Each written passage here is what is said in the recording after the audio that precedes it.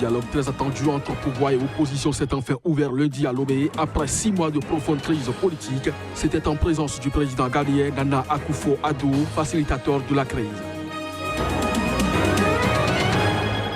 Au Soudan, des dizaines de militants, dont certaines figures de l'opposition, arrêtés le mois dernier lors de protestations contre la hausse des prix, ont été libérés. Ceci fait suite à l'intervention de l'ambassade des États-Unis à Khartoum. En Égypte, depuis une dizaine de jours, se mène une vaste opération anti-djihadiste dans le centre et le nord du Sinaï. 3 membres des forces armées égyptiennes y ont déjà été tués.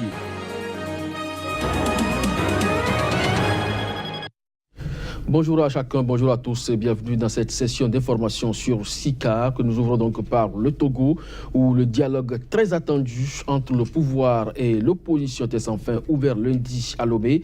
Après 6 mois de profonde crise politique, c'était en présence du président ghanéen Nana Akufo-Addo, facilitateur de la crise et des 2 parties qui ont finalement accepté de s'asseoir à la table de négociation. Reportage.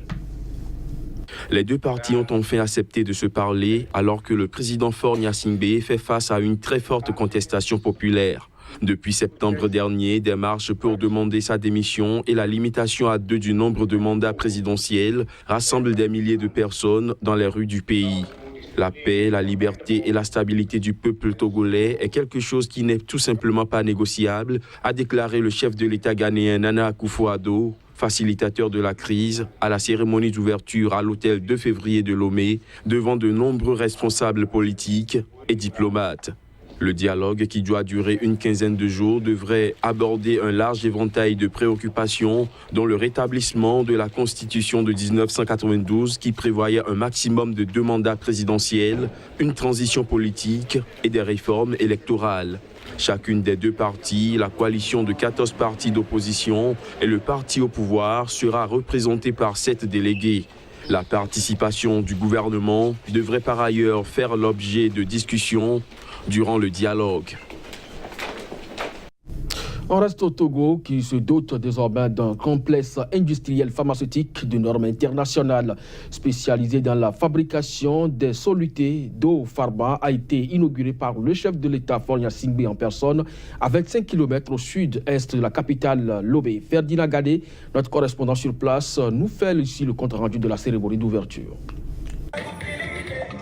Implanté sur un espace de 10 hectares, le complexe industriel pharmaceutique à la norme internationale requise selon le promoteur, inauguré le 16 février dernier par le chef de l'État Faure Gnassingbé à 25 km au sud-est de la capitale togolaise, est spécialisé dans les solutés intraveineuses. À l'hôpital, c'est vraiment ces produits de perfusion qui sont composés de glucosé, de sucre pour renforcer l'organisme et également d'autres sirops pour juste remettre suffisamment d'eau dans des cas de diarrhée, de vomissement. Production, ingénierie, assurance qualité et contrôle qualité sont les 4 départements de l'usine qui occupent une superficie de 3500 mètres carrés, avec un système de production basé sur la technologie SRS soufflé, rempli et scellé de la société Romélage. Cette usine pharmaceutique est capable de sortir 18 à 20 millions de flacons de 100 à 500 millilitres par an à raison de 3000 flacons par heure selon le promoteur.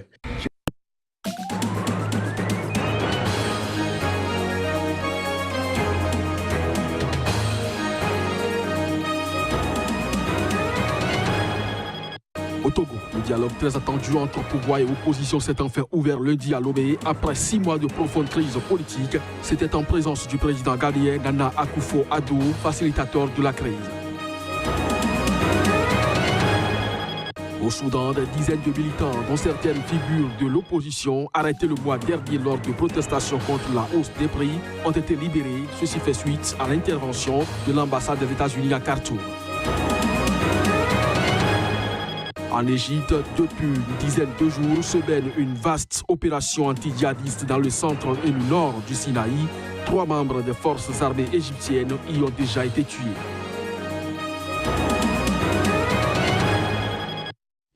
Bonjour à chacun, bonjour à tous et bienvenue dans cette session d'information sur SICAR que nous ouvrons donc par le Togo où le dialogue très attendu entre le pouvoir et l'opposition était enfin ouvert lundi à Lomé.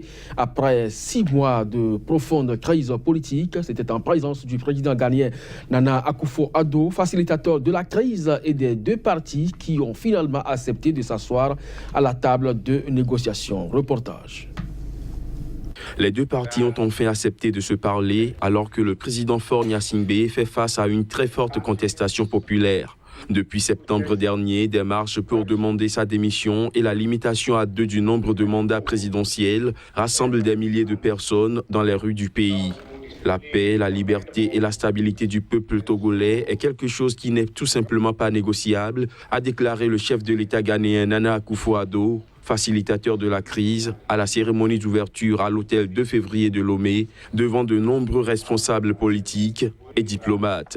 Le dialogue, qui doit durer une quinzaine de jours, devrait aborder un large éventail de préoccupations, dont le rétablissement de la Constitution de 1992 qui prévoyait un maximum de 2 mandats présidentiels, une transition politique et des réformes électorales. Chacune des deux parties, la coalition de 14 partis d'opposition et le parti au pouvoir, sera représentée par 7 délégués. La participation du gouvernement devrait par ailleurs faire l'objet de discussions durant le dialogue.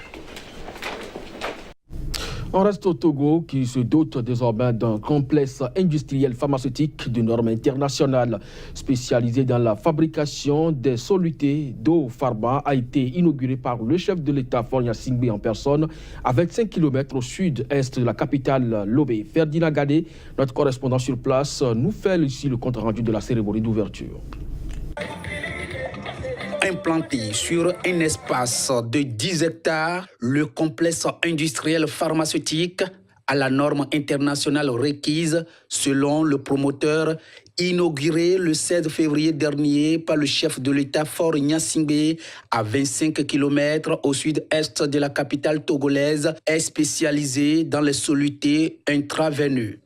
À l'hôpital, c'est vraiment ces produits de perfusion qui sont composés de glucosés, de sucre pour renforcer l'organisme et également d'autres sirops pour juste remettre suffisamment d'eau dans des cas de diarrhée, de vomissement. Production, ingénierie, assurance qualité et contrôle qualité sont les 4 départements de l'usine qui occupent une superficie de 3500 mètres carrés, avec un système de production basé sur la technologie SRS soufflé, rempli et scellé de la société Romélage. Cette usine pharmaceutique est capable de sortir 18 à 20 millions de flacons de 100 à 500 millilitres par an à raison de 3000 flacons par heure selon le promoteur.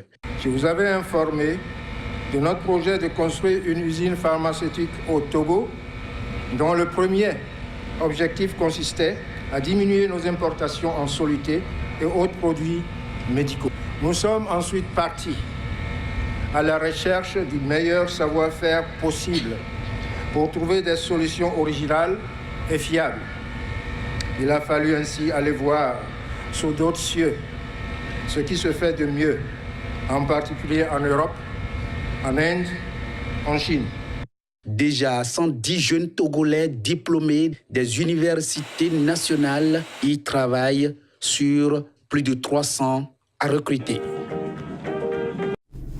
Au Bénin, les centres de santé publique sont à nouveau ouverts aux patients. Ceci suite à la suspension de la motion de la grève de collectif des syndicats de la santé. Les facteurs ayant motivé une telle décision avec le porte-parole du dit collectif, Adolphe Oussou, intervient ici sur des propos recueillis par Joël Yetodi et Juste Dorissou. Béninoises et Béninois, un comité interministériel présidé par le ministre d'État, Ablaye Biotchane, a reçu nos amendements par rapport aux réformes. Il a fallu la grève avant qu'il ne nous rencontre. Au vu de ces 3 actes posés, à savoir le rejet de la décision liberticide de retrait de droit de grève par la Cour constitutionnelle, 2. La réception de nos amendements pour leur prise en compte dans le cadre de la réforme et l'engagement pris par le comité ministériel de convoquer une séance pour nous écouter. 3. La mise en place du comité interministériel pour le suivi des engagements pris par le gouvernement en ce qui concerne les revendications objets de grève. Ces 3 points, au vu de ces 3 points, le collectif des syndicats du secteur de la santé a donc décidé de suspendre le mouvement de débrayage lancé par le collectif, de surseoir au boycott de la production des rapports statistiques au niveau de toutes les formations sanitaires, des projets et programmes, ainsi que les CODIR. Le collectif menace, je dis bien menace, de reprendre systématiquement le mouvement de grève si le gouvernement opérait des défalcations sur salaire pour faire de grève. Retrouver Nnamdi Kanu, chef de file du mouvement indépendantiste Igbo pour le Biafra disparu depuis plus de 6 mois, doit devenir la priorité numéro 1 des autorités nigérianes au risque d'un boycott massif lors des prochaines élections. C'est ce qu'a déclaré son épouse Uchechi Kanu lundi dans une interview accordée à BBC. Elle affirme ne pas savoir si son mari est vivant ou mort. Reportage. Dans une interview diffusée sur les ondes de la BBC, Uchechi Kanu, l'épouse du leader indépendantiste Nnamdi Kanu, a assuré qu'elle n'avait aucune nouvelle de son mari depuis le mois de septembre dernier, lorsque des forces militaires auraient envahi leur résidence d'Umuahia. Selon elle, retrouver Nnamdi Kanu, chef de file du mouvement indépendantiste pour les peuples indigènes du Biafra, doit devenir une priorité pour les autorités nigérianes, au risque d'un boycott massif lors des élections générales de février 2019. Les autorités nigérianes n'ont jamais reconnu détenir le leader indépendantiste poursuivi pour trahison et atteinte à la sécurité de l'État depuis 2015, mais qui avait été libéré l'année dernière dans l'attente de son procès. Le pouvoir fédéral voit dans ces montées contestataires une menace pour l'unité du Nigeria. En septembre dernier, le mouvement indépendantiste pour les peuples indigènes du Biafra avait affirmé que des soldats ont envahi la maison de Kanu à Umuahia, dans l'état d'Abia, et que 4 de ses supporters avaient été tués alors qu'ils tentaient de leur bloquer le passage. Nnamdi Kanu est depuis ce jour introuvable et n'est pas apparu à l'ouverture de son procès en octobre dernier. Au Soudan, des dizaines de militants, dont certaines figures de l'opposition arrêtées le mois dernier lors de protestations contre la hausse des prix, ont été libérés dimanche dernier par les autorités soudanaises. Cette libération intervient 3 jours après la condamnation de la détention de ces militants par l'ambassade des États-Unis à Khartoum. Parmi les personnalités libérées figurent Fadlala Nasser et Sarah Noujdallah, des cadres du principal parti soudanais d'opposition, le parti de l'Ouma, et la militante des droits de l'homme, Amal Abani.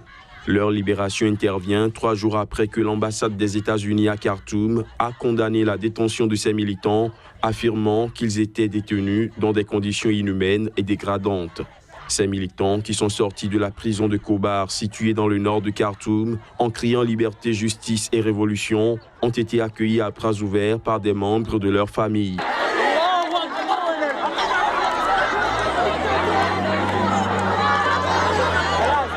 Mais ils estiment qu'ils ne sont pas encore pleinement libres, car plusieurs de leurs collègues sont encore détenus dans cette prison. Depuis début janvier, des manifestations sporadiques contre la hausse des prix ont été réprimées par la police dans plusieurs villes du Soudan.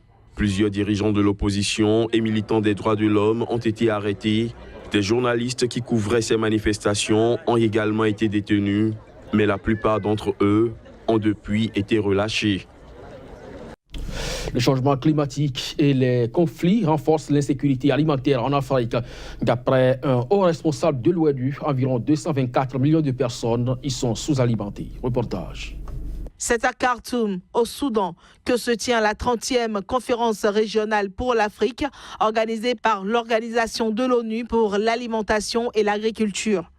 Des centaines de représentants de pays africains participent à la conférence de 5 jours dans la capitale soudanaise pour discuter des moyens d'éradiquer la famine et l'insécurité alimentaire.